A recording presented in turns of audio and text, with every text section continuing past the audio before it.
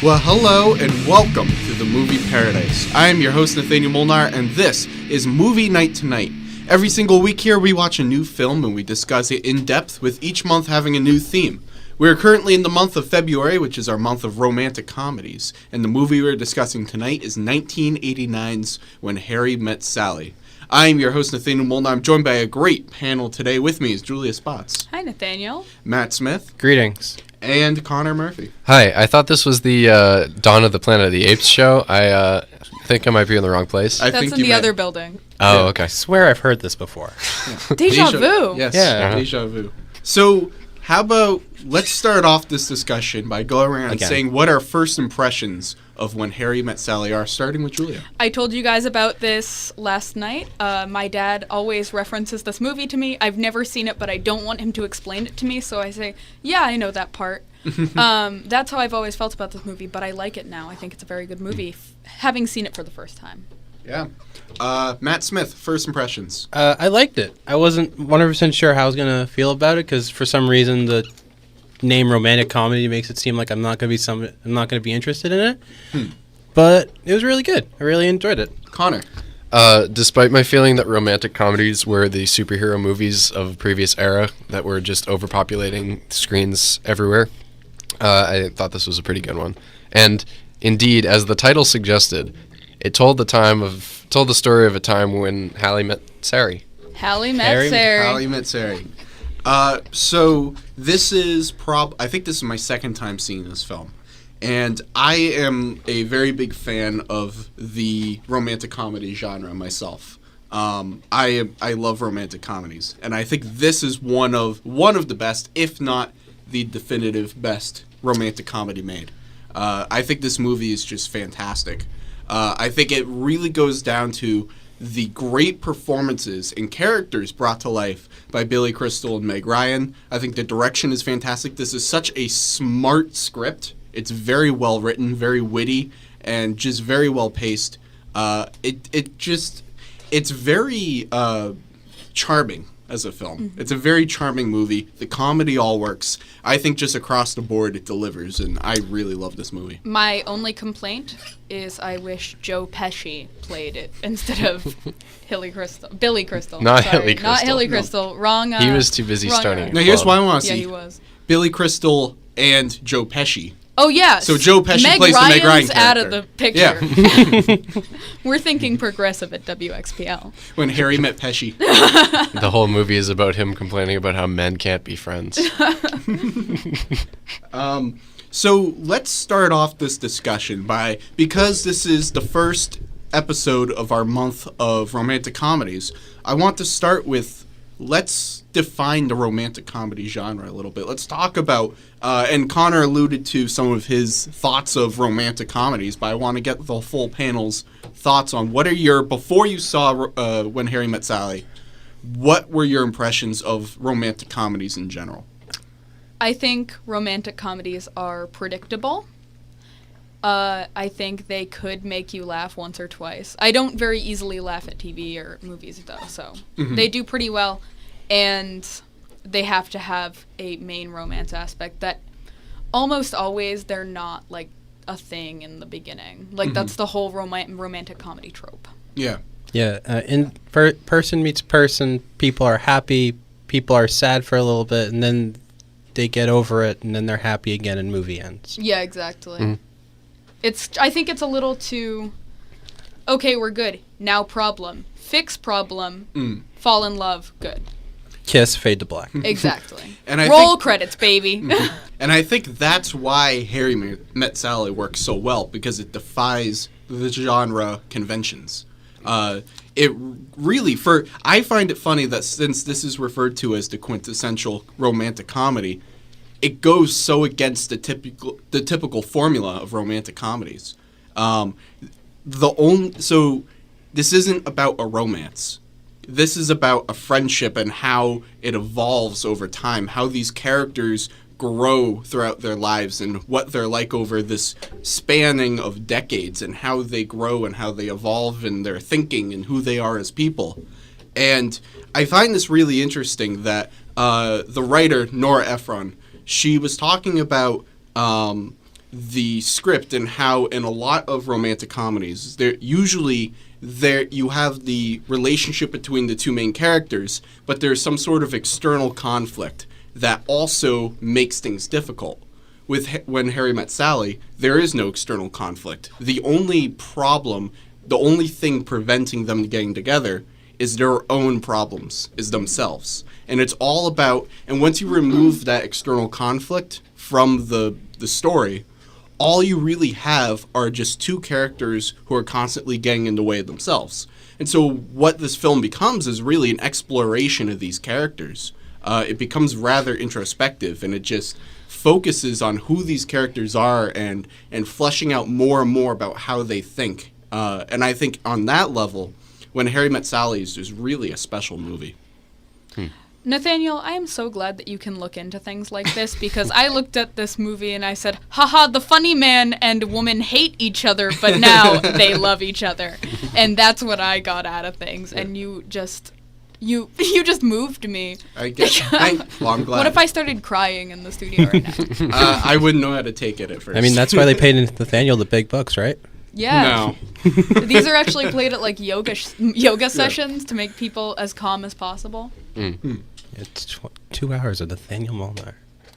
But anyways, does anyone have any thoughts on, because I think when we were talking about our thoughts on romantic comedies, the big thing that was talked about was how conventional they are, how formulaic, how paint by the numbers. And now we have a film that goes against that. Is that a main reason for everyone seemingly liking this film? When you first said that it went against that, I didn't feel like I agreed. And I understand where you're coming from, definitely, now that you've explained it. But I feel like it does follow the beats. It just follows the beats in a way that hasn't been seen before. It hits the same. It's like, if you reimagine the hero's journey so that it's not a hero, it's an anti-hero or something like that. It's still, you're following the hero's journey, it's just in a different way. They're still following the formula of a romantic comedy, but just like filling in the beats with something totally different from what you expect. Well, my question would be, how can it be following the beats of a romantic comedy when every single romantic comedy focuses on the love relationship between two characters, and you don't have that? This is about two friends. Now, they have a connection with each other. They have a chemistry that they don't admit to themselves until the very end. But this is not about their romantic relationship in any way, which is the centerpiece of all romantic comedies. I feel like it's almost following the romantic comedy path as subtext. Like, it's written as there is constantly the subtext of their relationship evolving to the point of romance, but the actual context of it is that they're not seeing what they're trying to show the audience through each scene. I feel like the scenes are built to show you the only way that it could really not be considered a romantic comedy is if you showed it to someone that had absolutely no knowledge of this movie whatsoever. They didn't see any cover, they did not see anything but the movie from start to finish. No notion of it in their mind, and they were like, okay, so I'm just watching a chronological story. Yeah. And they didn't know there was any even thought of romantic partners. And I still feel like the scenes, while not being overtly romantic, are structured to show underlying romance. When he's in the diner and he's like, you're attractive, they wouldn't have said that without following up on that, Yeah. Yep. Yeah.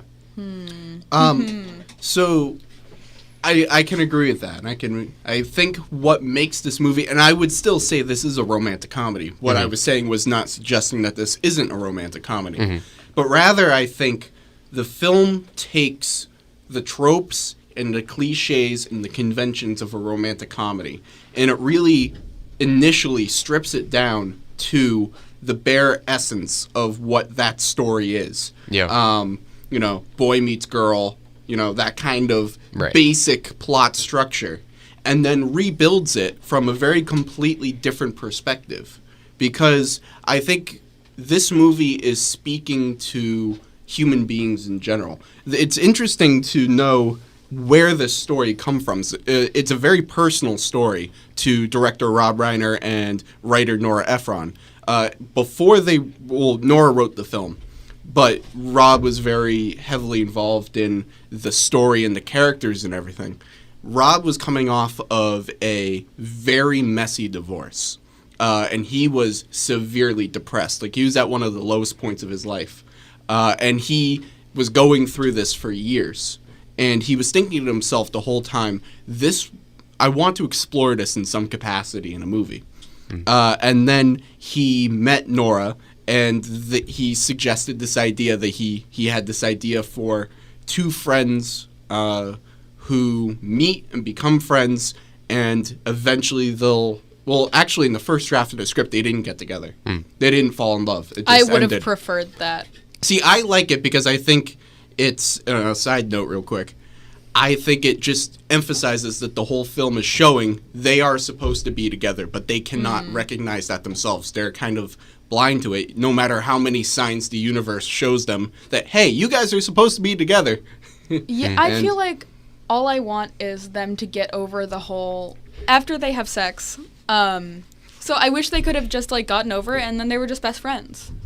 Yeah. Like, why couldn't they just get over it? I definitely, And I think that propagates a terrible idea that sex means so much if it's a mistake. Even if it's a mistake, it means so much to people. So see, I think the reason why they couldn't just get over it was because they actually did have feelings for each other. I think that's what led to it being an issue. Rob Reiner talks about, this actually kind of ties into what I was talking about initially.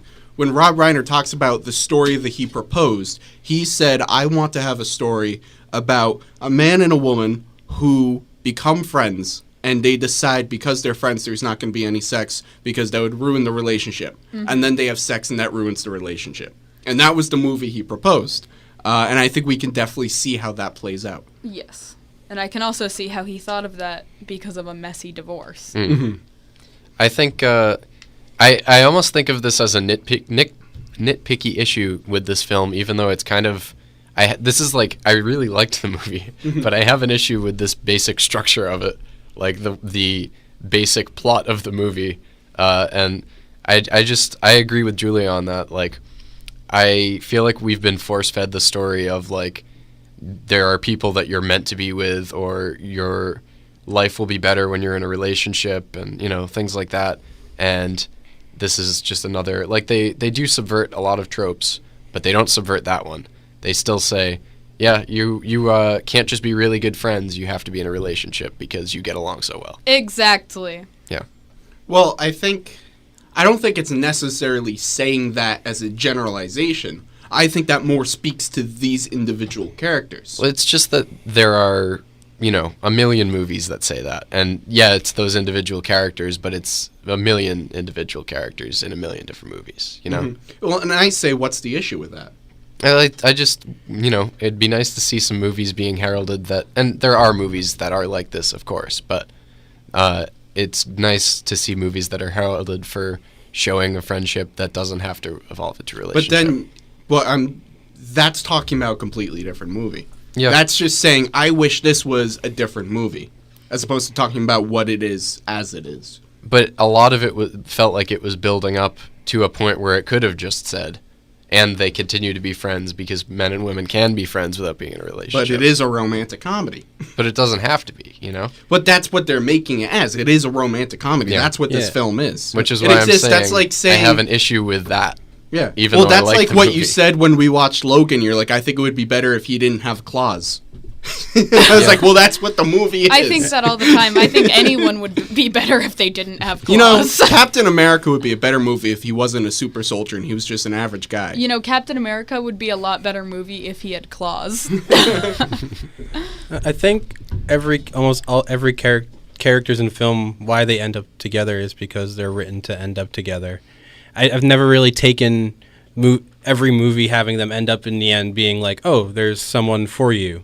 Like, they're not, like, saying that for everyone. It's just, like, we wrote two characters to end up together, and that's just how it's been. That's the story that people like to see, especially, like, at the end of La La Land, where it feels kind of awful when you have, like, all this tension built up, which they're building up intentionally, and then it doesn't happen. So just saying at the end of a movie, I think they should have just ended up as friends. Like, you can't just change the ending. No, but I because think because it's a lot of because it's build up for a specific thing, and then Welcome you just to don't the do real it. world. We have disappointment. Yeah, I mean, Well, and film is not real, so Yeah. stop. That's what I'm saying. As much as this film comments on the real world and commentates on real life things, it is a fantasy. Yeah. As all films are. Yeah. All films are fantasies. Yeah, they are meant for each other because they were specifically written to be meant for each other. And there are a place for movies like La La Land, Where which they- has romantic involvement between two characters, and they don't end up together. Spoilers for La La Land. That's the months right ago. ending for that movie. Yeah. And this is the right ending, I believe, for this movie. Now, I think talking about things that fundamentally alter the DNA of the movie, I think becomes kind of a moot point, because then a billion other factors are suddenly changed and adjusted, and now it's no longer the movie that it is. It's a completely different film. I think it still has a lot of the DNA of a movie showing, because for me, when I was watching this movie, when I heard Harry say men and women can't be friends because they'll always want to sleep together, I really wanted him to be proven wrong. And despite the fact that it like emotionally got me invested in their relationship and made me kind of think about that less, I would have loved to see a movie where they proved him wrong, which for a while in that movie it felt like they were. It felt like there was a point where he was saying, I'm perfectly happy in this relationship, and I believed him. Well, I think it was more for what they as individuals needed at certain points in their life. When they are friends, they were at the point in their lives where they were so distraught from being in previous relationships. They were so broken. Harry was so completely depressed. They were at these points where they were not emotionally or physically or spiritually capable of being in any sort of a relationship. What did they need? They needed from each other. They needed a deep friendship. That's what that moment called for. And then as they grew in their, not necessarily romantic at that point, but their love for each other, they realized that there could be something more there for them. And I think then at that point, there's a clear distinction of the point of the film where they go from this, what we need is this friendship, to being, we think we're in love, but we don't want that for each other. We don't want to be in love. We want to stay friends. And then denying that until it comes to a head at the end, where Billy Crystal just says, F it, let's go for it. Yeah. I would not say that it doesn't work as a story. Like the movie tells a story very well, gets you invested in it, makes you want to see that.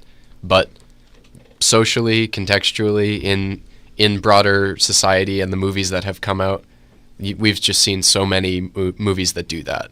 And for a while in this movie, I thought that it was not going to. So I was a little bit upset that it did. Even though, part of me was thinking, I wish that it hadn't just been another one of those movies where they end up together. And the other part of me was saying, I'm so glad they ended up together. They built this up for the past act of the movie. So, story part of my brain, good. Social contextual part of my brain, it's just another one of those movies. Yeah. So that's my issue with it. Even though, I enjoy the acting, I enjoy the story arc, everything about it, just I feel like it blends into a context that didn't need another movie like this. And I would suggest, and because it's all up for opinion, it's all up for discussion, in my opinion, I would say that I think the movie is lacking something if you don't have what it's building up to and up to and up to, and you don't have that release, and you don't have that moment of a cathartic ending like that. I think then you're kind of depriving the audience of what they're expecting and what the movie is made for. I think the audience could use their expectations subverted. Well, and the whole movie does that, except for this one part that we're talking about. Yeah, which is the whole build-up and ending of the movie. Well, yeah, but I mean, the whole movie is subverting expectations. Yeah, I just wish that the ending also did. I wish that people would leave the theater thinking, oh, I could have a really strong, deep friendship with someone that I'm attracted to, and it's okay. Tell them that movies aren't real. What do you mean? Movies aren't real. Yeah, what does Because that mean? Just because you see a bunch of people on screen get it ending up together doesn't mean that in real life you always have to end up with everyone. And Yep. just because Billy Crystal thinks that, or at least in the very beginning, he thinks men and women cannot be friends without there being sex, just because he thinks that and says that doesn't mean, one, that the movie is saying that, or two, that that's even real, or that's a true thing that is being said. You know, that's just what he thinks in that part of his life. That's how he thinks. Also, I mean, there's just a lot of movie, and I wasn't necessarily upset at one part of it. It's like there's, like, yeah, they end up together in the end, but there's still a whole movie of them just being friends or trying that out, or like, I don't know. I just think movies influence people, so saying that movies aren't real doesn't change that. Like, people see things and they think, that applies to their life in some way. And the fact that it seems like the whole movie, the conflict is, can they just be friends or will it develop into a relationship? It almost seems like, to me, it seemed like the conflict was the nagging relationship that's under their friendship that is trying to get out, and eventually they lose to that because it gets out. Like, that's... And was that a bad thing? They were happy by the end of it. And in fact, the whole point was that by denying what they were denying this reality of what their relationship was. And then I think even Billy Crystal has a line at the end. He says, once you realize you want to be with someone for the rest of your life, you want that day to start now, or as soon as possible, or whatever the line is. They're happy by the end of it. So I think with these characters that we were given and the time that we saw, that we spent with them over the course of this film, and how we saw their characters grow and who we understand them to be and how well, personality-wise, they complement each other. I think it just felt natural that if these were real people, that they would end up falling in love with each other. Because they needed, when they first met, they needed a friendship from each other. And then as it went on and the more time they spent with each other, they realized that there was something more there. But the movies they're denying that it's there until they finally just say, let's stop denying it. I think it only felt natural because A, they wrote it that way, B, every other movie writes it that way. We've been fed that our whole lives by movies. Mm-hmm. And that's why it felt natural. That's why it felt like a thing that should happen. Okay, well, I'm just saying that these are very multifaceted, fleshed out characters in these movies. Which they wrote to fall in love. Well, yes. Yeah. Yeah, but you can't just reduce them to that. I know, but that's what my issue, that's the thing that I'm arguing, is I think that was, unnecessary. I think that this would have been a great movie for them to subvert that. Mm-hmm. But I'm saying that the characters that we were given, the characters that they wrote, the characters that are presented to us in the film, it makes sense for those characters to fall in love. This is a fault of the writers, not a fault of the characters. The writers wrote these characters that made sense to fall in love instead of using the narrative that they had about good friends and using that to be, the opposite. Okay, I think we're just going in circles, so we might as well move on. Okay. So one thing that's added to this film that I really like is the use of these real-life interviews with different couples that's sprinkled throughout the film. It reminds me of the track off Simon and Garfunkel Bookends, where it's just old people talking. Mm-hmm. That's it. That's all I can think of. Yeah. Yeah, I just really like it. That's probably some of my favorite parts of the movie. Is just, I love old people. I think they're so fun. You can just chat with them forever. So, if I just could have that as a movie, I'd watch that. Yeah. I think it works so well. Because I think a lot of these stories... They match up with the movie. Yeah, exactly. Mm-hmm. These stories, and they're all real-life stories. They weren't written for the movie. They're all these couples' real-life stories. These couples, a lot of it was emphasized by how long it would take for them to find each other. Some of them were talking about, like, oh, I met her here, and then years went by, and then I ran into her again, and then we got married, or I married her, and then we got divorced, and then I married 3 other people, and then I divorced them all, and then we married again, and we've been married for... 35 years. Yeah, 35 years, 55 years, 45 years. So I think this even goes against what we were just talking about, that for all these real-life stories, this template of what Harry and Sally went through fits what these real people went through, in that they were in each other's lives, in and out, and then it took a long time for it to actually become right between them.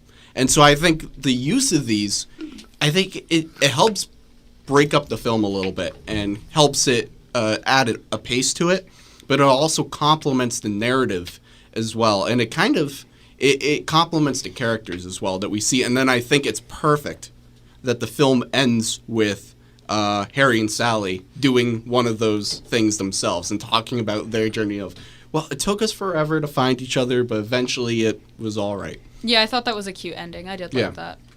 Yeah, when he said it took us 3 months to get married, and I think Sally said it took us 12 years and 3 months to get married.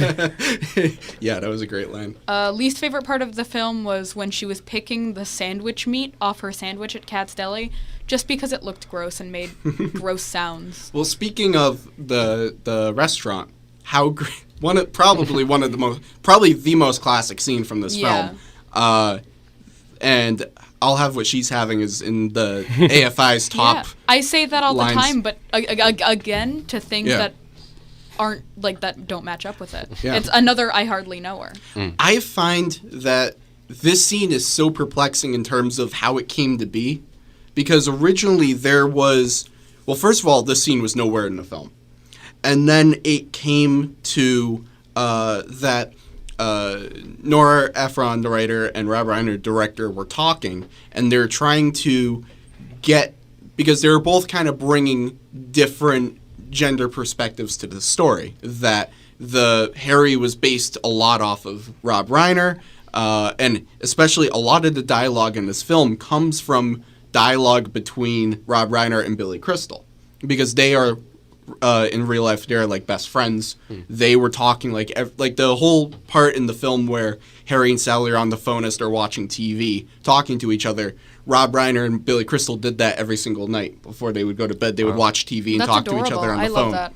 So, so much came from the personal experiences that the people involved in the film made. And so I think they were in Rob Reiner's office one day, and Rob was trying to get at what is something that men do not know about women that women know. And it came up that Nora said, women fake orgasms, and Rob didn't believe it. He pretty much had the exact same reaction that Billy Crystal had in the film. He's like, well, not with me. Not with me. No way. I would know. Imagine having that thought process, though. Like, imagine someone's like, yeah, women usually fake orgasms, and they'd be like, with any other guy? Sure, but not me, ever. I'm a sex god. Like, and then I hate that.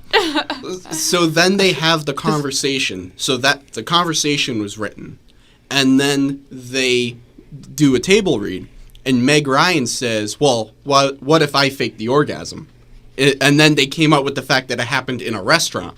And then Billy Crystal came up with the line, I'll have what she's having. And so in all these final days leading up to before they filmed it, this scene that has become iconicized just by happenstance falls all perfectly into place and becomes the thing that defines this movie. Dude, that scene out of context must really confuse people. I remember we watched it Imagine how many GIFs have been made of that. Yeah, we watched it in pre-production. Yeah. I don't know about, is Meg Ryan, was she a comedian before filming this? I don't think so. I don't think so, no. I think this Billy was Crystal her first. was. Yes. So. And I think this was her first leading role in a film. So, and I thought she did a fantastic job. Yeah, definitely. It makes sense, though, that working together with, actors and comedians and, being all that creativity in the same room would come up with something that brilliant. And Nora was talking about, like, she had her script that she wrote, and she was happy with it, but she said it would be a crime if I didn't allow all these creative geniuses that I'm surrounded with to influence it. And what happens at the end of the day? All these other people giving their 2 cents evolves this script and these scenes and the story into being something so much more than it originally began as. Yep. Anyway, and also a quick side note, the whole thing with Sally being a very picky orderer comes from. I hate that so much. Really? I hated watching it. It just infuriated me. Well, yeah, I can understand. Yeah, it's secondhand Yeah. embarrassment. And From then working in a every time- restaurant, I would Yeah, hate no, to me be too, on the but- receiving end of that order. Every single time she said dressing on the side, I was like, just get off screen. Leave. I'm done. I'm over it. But where that comes from is that's how Nora orders her food in real life. And they were at a restaurant talking over the script. Rob heard her order like that, and he says that's got to be in the script. I'm going to jump Nora. And you know what's even funnier is this is all coming from I was watching some interviews with Nora and Rob Reiner before we started the show. Nora was on a plane a few years after the movie had come out, and she ordered a drink very much like the same way that Sally orders it in the movie. And Bloody Marys are disgusting. Are we not going to talk about it? They taste like cocktail sauce. I've never had one, so I wouldn't be able to tell. But anyways, Nora orders the drink and does it in this very picky way. And then the flight attendant says, "Have you ever seen When Harry Met Sally?" And She's like, no, tell me about it. yeah, yeah. So I think that's great. I think that's so funny. Anyways, this kind of all plays into something like talked about specifically in my screenwriting class I'm taking right now. We talk a lot about how all these stories, the thing that you bring to writing is you. Your personal experience is who you are as a person. That is what you're offering to the world. And to see a movie like this that is so heavily and fundamentally shaped by personal experiences and personal personalities, how Harry is so much just Rob Reiner written as another character, how Sally is Nora Ephron written as a character. And so much of this film is just packed and imbued with personal experiences, personal traits, lines and dialogue that these people said in real life. How much of them is just poured into this movie. And when you bring your own authenticity to a movie and you imbue it with who you are as a person and your own personal experiences and all that stuff, you only enrich the film, and it gives it that authenticity. It makes it tangible, and it makes it feel genuine because it is genuine. And I think when you look, When Harry Met Sally is one of those key films that you look at, and you can see how personal experience so drastically shaped the film. Yeah. I'll give it to you, Nathaniel. You always got it. You ever considered so. doing this for a living? I think you might want to, start something. I doing never this. thought about Yeah. that. I just want to fault it for making a name that I can so easily mess up and say when Sari met Hallie. Well, I guess it wasn't very easy to mess up since you had to stop yourself. See, when I try to mess it up, it's really easy to mess up messing it up. But when I'm trying to say it correctly, it's easy to mess it up. See, that's another thing. They could not come up with a title for the life of them. And that's the best thing they could come up with? Well, they tried. That happened in the first minute of the movie. Yeah, exactly. They tried. What did they try? They tried Harry. This is Sally. They tried When They Met. They tried Best Friends, or they tried a whole bunch of stuff and nothing. In fact, Rob Reiner, who runs Castle Rock Entertainment, the studio that made this film. They also make Seinfeld. Yes. Well, yes. Just Rob a hot Reiner, take. Yes. And also, they've been involved in a lot of things. Rob Reiner is such a great director. I feel like nobody. This is a quick side note. Nobody talks about Rob Reiner as a director. He, Princess Bride, A Few Good Men, Stand By Me, all these great films that he's done. Once, when I was like 7, I stayed over my brother's best friend's house. I'll make this quick. And we were watching Stand By Me, and I didn't know that my brother told my mom that we were staying over because we all fell asleep. And so I walked home in the dark as a 7-year-old. Jeez. Yeah. Stand By Me is incredible. And I think movie. Rob Reiner is such a great director, and I feel like not enough people talk about him considering the films that he's made. You may just be correct. Yeah. So anyways, as we bring this discussion to a close, let's go around the panel and say what our final thoughts on When Harry Met Sally are, starting with Julia. I like this movie. I still don't wish that they ended up together, but I do like the movie anyway.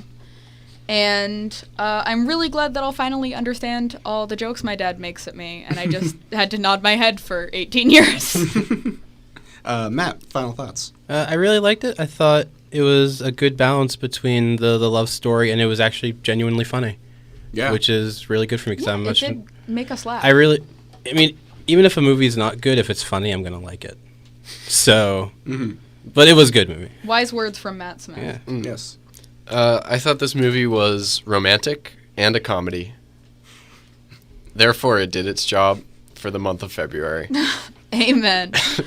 I liked this. I enjoyed this movie. I know that we spent a lot of the time talking. This happens all the time. I have one negative thing to say that you disagree about, and Connor, it ends you're up just being, the unpopier opinion meme. Yeah, That's I all guess- you are. I guess I am. But the thing is that disagreement breeds more discussion. That's why that happens. This is a good movie. I enjoyed it. Just Yeah. because it played into a trope that I was unhappy about doesn't make it not a good movie. Yeah. It just makes it one of many that did a thing that I wish it didn't do. And my final thoughts, I'll say, is I love this movie, and I think this is my favorite romantic comedy. I love how it subverts genre expectations, and I like how it restructures its story in a way that is unique and different from how we've seen in other romantic comedies. I think the performances in this film are fantastic. We didn't even get to talk about Carrie Fisher and Bruno Kirby. They were great in this movie. And I love something that Rob Reiner and Nora Ephron were talking about was the contrast of characters and how a lot is revealed about the characters simply by showing how they contrast each other in terms of just putting the characters in situations and just seeing how does Harry respond to this versus how does Sally respond to this, and what does that reveal about their characters.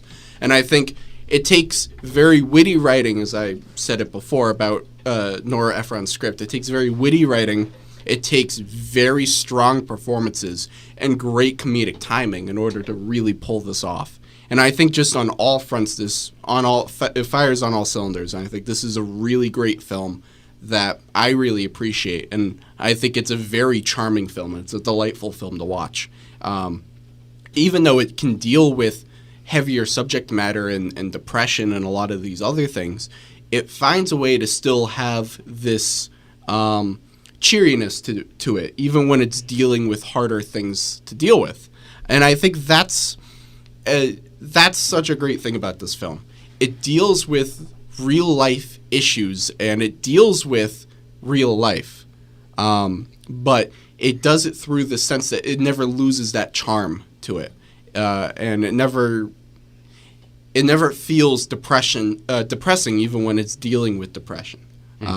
I just think this movie is so well done on all fronts. I really appreciate it, and I think it is my favorite romantic comedy. I love this film so much.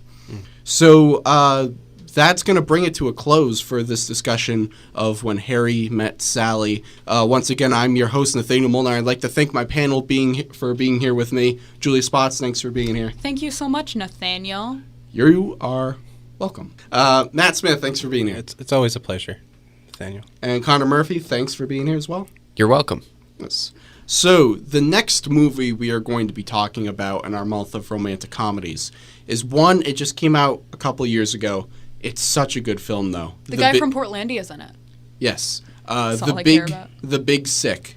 This movie is great.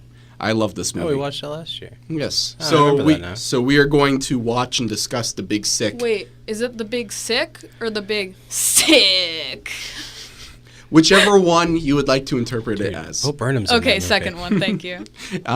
So keep your eye out for our discussion of The Big Sick. And this one next is a week. documentary about someone's real life. Yes, in a way. Yes. It's not a In a real way. It's a documentary. real documentary. It's all 100% real. They filmed his life. Yes. The Portlandia guy. Yeah.